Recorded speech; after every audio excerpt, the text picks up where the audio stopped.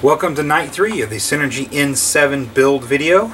Tonight we are going to go ahead and get the main shaft, main gear, clutch stack assembly in, and hopefully get as far as getting some electronics mounted and talk about that.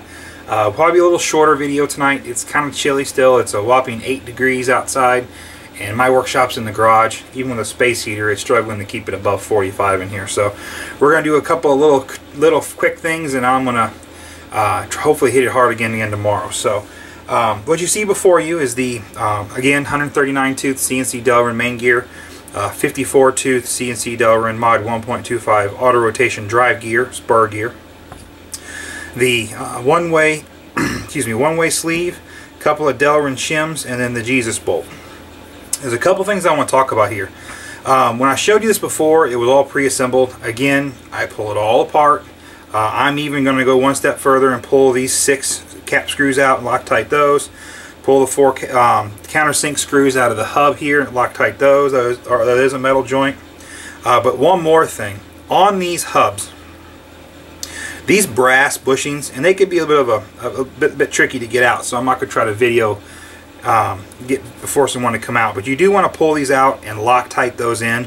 If those brass bushings are allowed to float around, they can interfere with impede the performance of the one-way bearing. So you definitely want to pull those out, put a little red Loctite around them. Careful not to get Loctite into the bearing. Get them back in fully seated, and then let that cure good. The other thing on the one-way bearing, this is the time to oil the one-way. Now, I've seen a lot of people talk about using grease in the one-way. It's a bad idea. These one-way bearings are needle bearings. Again, I'm going to get my trusty Tri-Flow oil needle, and I'm just going to lightly put a little oil in there.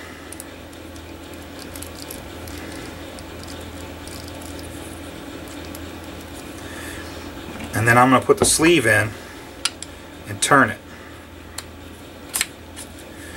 Just start the process. Now, when I go to assemble this fully, I'll put a little more in there as I assemble it, just to make sure those needle bearings are good and oiled. But now they got a good light coating of oil on them. I'll go ahead and now stop the camera, pull the gears off, pull the brass bushings out, get all Loctited and back together, and when I come back I'll show you the finished product. Okay, I got to thinking about it, and the performance of this one-way is important enough for me to show you these brass bushings. So I went in and pulled the main gear off. Don't worry about remembering which side's which, it's universal. Another commonly unknown fact is this hub is also universal. So if you get this all back together and you go to put the auto rotation on and your one-way is spinning the wrong way, just take the hub off, the sleeve out, flip the entire gear and hub over and put the sleeve in the other way.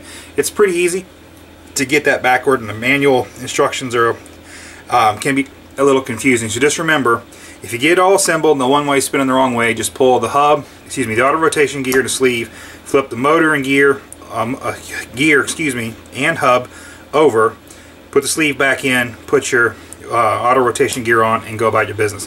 When this and the gear are assembled, this gear hub assembly are universal. Put them in either way, so no problem. I'm going to zoom in a little bit here. These are the bronze bushings. I guess these are brass bushings I was talking about. Because it is so cold in my garage, I did have to apply a little bit of heat to this to get them out. That's not normal. Normally they're not a press fit. If they were a press fit, you wouldn't need to Loctite them. So make sure you take these out. Make sure you clean them really good. I'm just going to use a little bit of my oil-resistant red Loctite, ever so little bit around the edge, and push them in and make sure they're fully seated. And you want to make sure you get them fully seated, and then let that good and cure. I'm going to do that first, so that can be setting up while I'm taking the screws out of this and putting the bolts back in the gear. One more topic on the gear. This gear is really thick. I mean, shoot, I think down here by the flange where the bearing bolts on, it's darn near 1/4 inch thick. But Delrin is extremely strong, but it's surprisingly easy to over tighten the hub screws and crack the gear. So when you're putting this back together, 2 things. One, standard torque rule, we've talked about it before. Tight, tight, tight, tight, tight. No, snug, snug, snug, snug. Do a star pattern around twice, getting a little tighter each time. You don't need to crank it down. The hub fits snugly into the drill, into the gear. There are 6 bolts holding that hub in place. Get them good and snug. don't super crank down on, or it would be pretty easy to crack the gear. I'm going to go ahead and stop the camera again, and when we come back I'll have the assembly back together. Alright, welcome back. Alright, got my main gear and auto rotation hub assembly back together. Just remember, because I made the mistake the first time I put it together, when you're testing your one-way direction, make sure you test it with the auto rotation gear under the main shaft.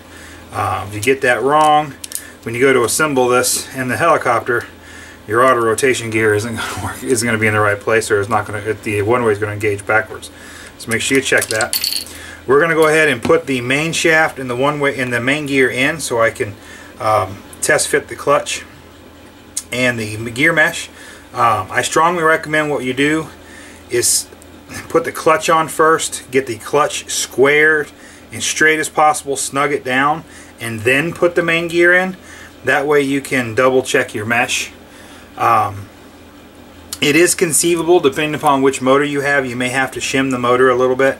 On my pre-production N7, I did not need to with the 105. I'm hoping that since this is the same crankcase as the pumped 105, I shouldn't have to shim it, but we're going to find out. So I'm going to stop the camera, put the clutch in, do my best to make sure it's nice and square, and then come back and show you what it looks like. Okay, well, I got a little ahead of myself. I meant to stop after I got the clutch in, but I was just got in a roll. So as you can see, I've got the main gear in, the auto rotation gear is in. There are two collars in this assembly. You want to make sure when you put it together the main bearings are in here correctly. The top main bearing, the bearing cup, or basically the open side of the bearing, where you would press the bearing out if you need to, faces up. There is a collar up here that retains that. The middle bearing block and the lower bearing block, the open sides face the gear. So you've got the top of the auto rotation hub captures the middle bearing, and the second collar captures the bearing on the third bearing block. There is a little shim that goes in the system that keeps the system tight. The shim goes between the collar and the bearing. Just keeps the main shaft, takes all the vertical play out of the main shaft. This top collar can be used to adjust out that little bit of play, but that's what the shim's for. There shouldn't be any vertical play without this collar. As you can see, the clutch stack is in. I did not have to shim it. My main gear, it's a no last joint, but it's by no means tight. Spins fine. You can see it spins so easy. I can do it like that. The one-way bearing slips. Pay particular attention. Try to make sure the clutch bellow is as square to the clutch as possible. Snug these down. These are Loctite joints. You got the screws, 2 on each side of the clutch stack to hold it in place. Same thing, snug them up while you're checking the mesh. Double check the clutch, make sure it's square. Just want to make sure that clutch stack is square to the clutch. If it's off at all, when the clutch engages, you can have a vibration there. It could cause some problems. At this point, I am ready to go ahead and flip this guy upright and put my tail and throttle servo in, get my ESC tray on, get the flybarless unit mounted, and start talking about electronics. I don't bother to build the tail section, boom and whatnot, until I'm ready to, until the head is, the cyclic head is set up. It's just easier manipulating on a bench if I can turn around like this, or if I want to check my swash links. I will be coming back and showing you the different steps needed to put the servos in. But I'm going to go ahead and stop there tonight. As I said before, it is very cold in my garage, and I unfortunately don't have space in the house to work on these, so I'm going to make it nice and short tonight. We got the clutch stack in, the main gear is in, we are ready for electronics. Tune in tomorrow.